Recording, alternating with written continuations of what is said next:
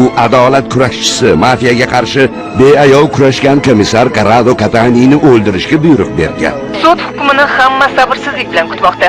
Men unga qarshi Respublika Oliy sudiga da'vo arizasini taqdim etaman. Kurashishdan charchadingizmi? Men jo'nab qolishim kerak, Paolo, tezroq sog'aysamida. Tentaklik qilma, qochishdan foyda yo'q. Juliani hayoti ham xavf ostida. Bu disklarni qo'lga kiritgan odam qudratli qurol sohibiga aylanadi. Tulkida yorsan, ammo sen bob qopqonim bor. Men qaytib keldim. O'z narsamni talab qilyapman. Meni dadamni tinch qo'yinglar. U oxir betob. Sen bilan orani uzdim. Majlisiy ham menga kerak emas. Qoch! Katanining o'limini Ramonta uyushtirgan ekanda.